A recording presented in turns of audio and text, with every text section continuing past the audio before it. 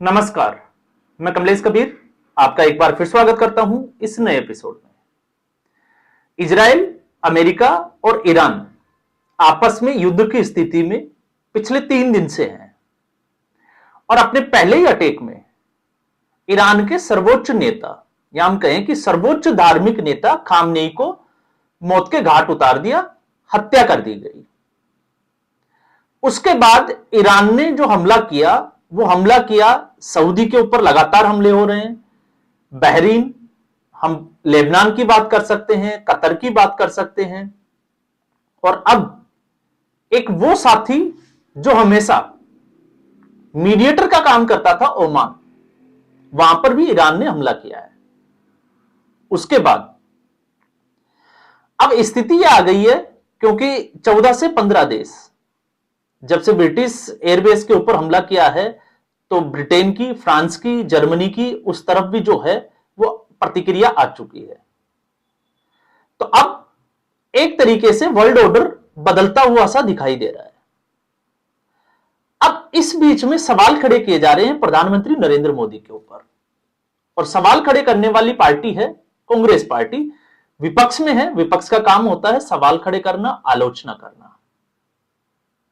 लेकिन जब बात यहां पर राष्ट्रहित से जुड़ी हुई हो तब आलोचना का मतलब बदल जाता है।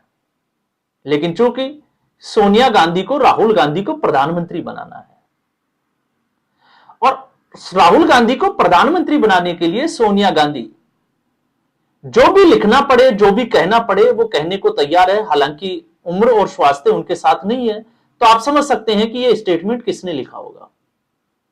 लेकिन इंडियन एक्सप्रेस में यह आर्टिकल लिखा है और इंडियन एक्सप्रेस में जो यह आर्टिकल लिखा गया है यह सरकार की चुप्पी को लेकर लिखा हुआ है। अब पिछले 5 से 6 दिनों का अगर आप केंद्र सरकार की बात करें तो केंद्र सरकार, नरेंद्र मोदी इजराइल गए, इजराइल की संसद को संबोधित किया और इजराइल ने सर्वोच्च सम्मान दिया। नरेंद्र मोदी वापस भारत लौटे और अगले दिन यह सारा जो है वो कॉन्फ्लिक्ट शुरू हुआ। उसके बाद भारत की जो प्रतिक्रिया थी वो सॉवरेनिटी को लेकर, आपने देखा होगा पहले ही दिन भारत सरकार का बयान आ चुका था। और इसमें जब सॉवरेनिटी की बात की है, संप्रभुता की बात की है, तो ये ईरान के लिए ही था। साफ तौर से ईरान शब्द यूज नहीं किया, लेकिन सॉवरेनिटी की बात की।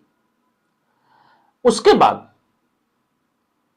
एक तरीके से प्रधानमंत्री नरेंद्र मोदी का बाद में अगले दिन जो ट्वीट आता है वो आता है कि यूएई के जो शेख है उनसे बात हुई, इसके अलावा नेतन्याहू से बात हुई और बाकी जो और देश है उनसे भी बात हुई। अब इसको लेकर कांग्रेस पार्टी हमलावर है भारतीय जनता पार्टी पर। तो पहला, इस देश में हम कह सकते हैं कि शिया मुसलमानों की जो है वो आबादी रहती है, तो शिया मुसलमान जो है वो इस देश को रिप्रेजेंट नहीं करते हैं। देश सबको रिप्रेजेंट करता है, तो भारत का नाम जो है वो सबसे ऊपर है। अब मैंने जब ये कहा है तो ये क्यों कहा है? क्योंकि इस देश में प्रोटेस्ट चल रहे हैं और जो प्रोटेस्ट चल रहे हैं और इस देश की खूबसूरती देखिए आप, और ये खूबसूरती क्यों है उसकी भी हम चर्चा करेंगे। लेकिन ये खूबसूरती ये है कि पहलगाम में जो हमला हुआ था जिसमें निर्दोष लोगों को, निर्दोष हिंदुओं को, हम शब्द यूज कर सकते हैं, जिनको पैंट उतरवाकर, उनका नाम पूछकर, उनका धर्म पूछकर गोली मारी गई, लेकिन एक भी मुसलमान पाकिस्तान के खिलाफ खड़ा नहीं दिखाई दिया, सड़कों पर नहीं उतरा।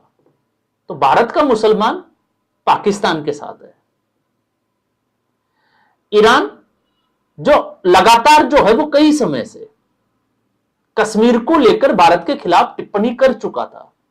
और वैसे अगर आप देखोगे तो सोनिया गांधी के इस आर्टिकल पे अगर आप नजर डालोगे तो इसमें साफ तौर से कहा कि खामनेई जो कि एक सर्वोच्च नेता है और यह हमारी विदेश नीति के खिलाफ है, जबकि सच्चाई यह है कि ना तो खामनेई जो है वो प्रधानमंत्री था ना राष्ट्रपति था, वो एक धार्मिक गुरु था, शिया मुसलमानों को रिप्रेजेंट करता था ईरान में।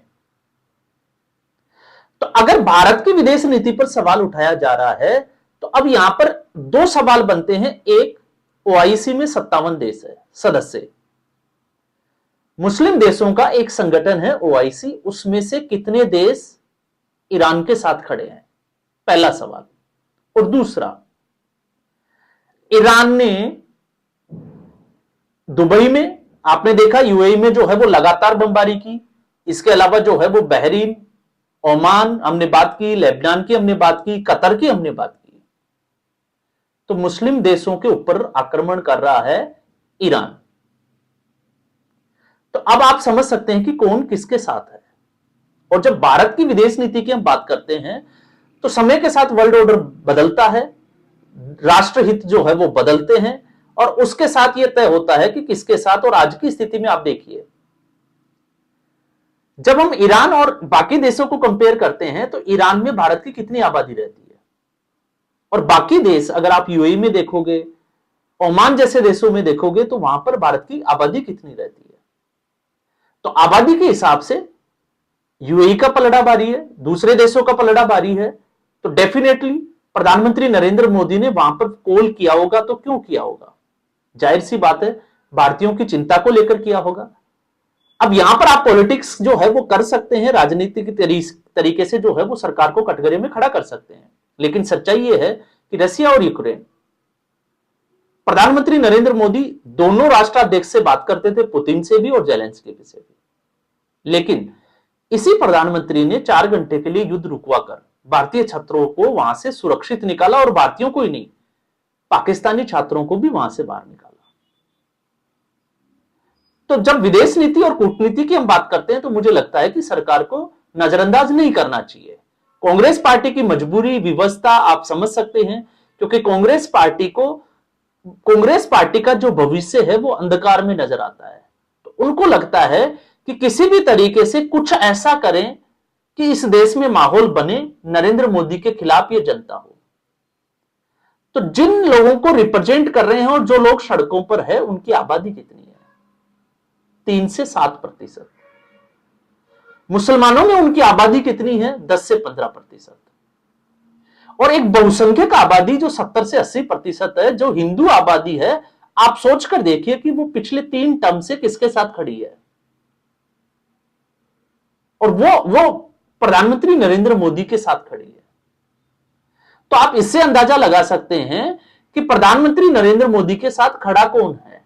अगर जनता उनके साथ खड़ी नहीं होती तो वो तीसरी बार प्रधानमंत्री नहीं बनते। अब आती है कांग्रेस पार्टी। कांग्रेस पार्टी को जो एक मानसिक विचारधारा थी कांग्रेस पार्टी की, तुष्टीकरण की, और जिस तुष्टीकरण के सहारे कांग्रेस पार्टी इतने दिनों तक सत्ता में रही, जिसमें चाहे वो हिंदुओं को सेकुलरिज्म की गुट्टी पिलाना हो या फिर बेवकूफ बनाना, सीधे तौर पर हम कह सकते हैं, क्योंकि हिंदुओं को बांटा गया, हिंदुओं को डिवाइड किया गया। लेकिन दूसरी तरफ मुस्लिम तुष्टीकरण की राजनीति जबरदस्त तरीके से कैली। पहले 1947 में जब देश आजाद हुआ, तो आप सोचकर देखिए, आज जिस जम्मू कश्मीर के लोग सड़कों पर है, 1947 में वहां उस समय एक हिंदू राजा हुआ करता था। लेकिन चूंकि जवाहरलाल नेहरू के अब्दुल्ला परिवार के साथ घनिष्ठ संबंध थे, और दूसरा तो घनिष्ठ संबंध है, तो उसका नतीजा यह हुआ कि 1950 के बाद हिंदू राजा को वहां से विस्थापित होना पड़ा।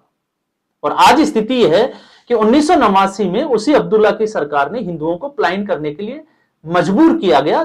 तब अब्दुल्ला की जो है वो सरकार थी, क्या किया? कुछ नहीं।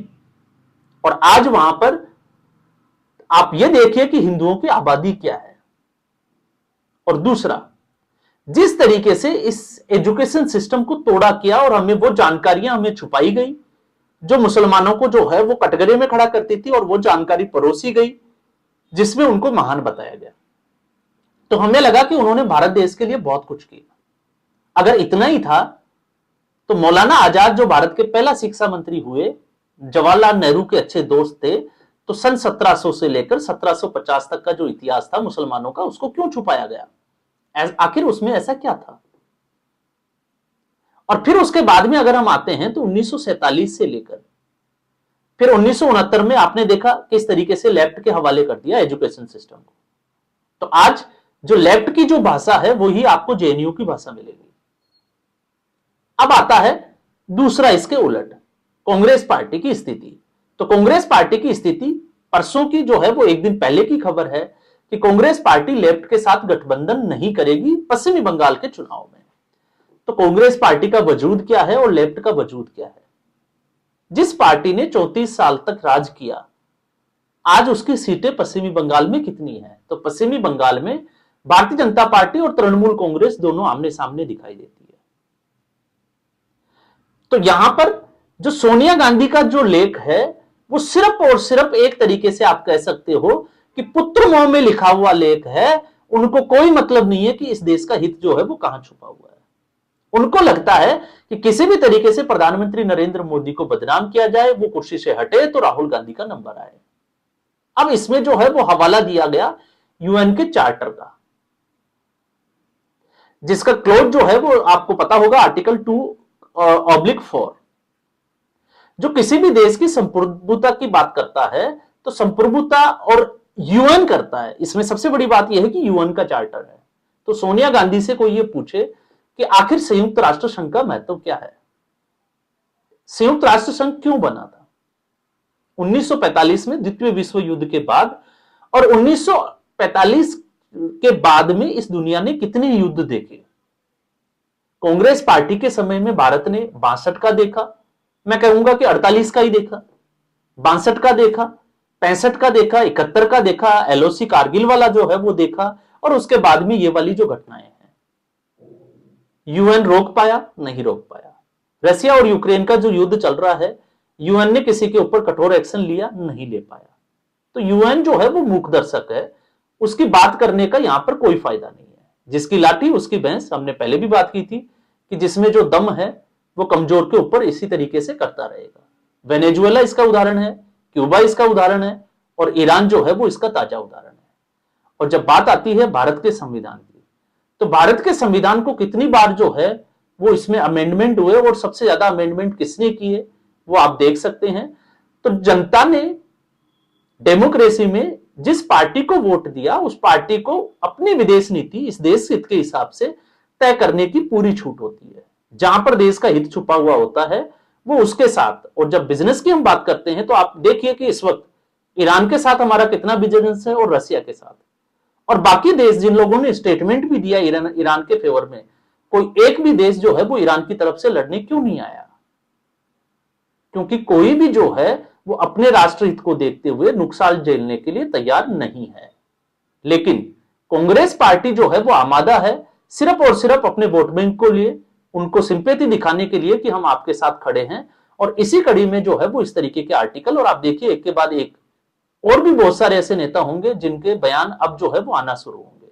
क्योंकि सर्वोच्च जिसको हम कहें कि कांग्रेस पार्टी में जिसको राजमाता हम कह सकते हैं, जब इनका लेख जो है वो इस तरीके का आ चुका तो बाकी के नेता कहां चुप रहने वाले हैं। तो आज के एपिसोड में बस इतना ही।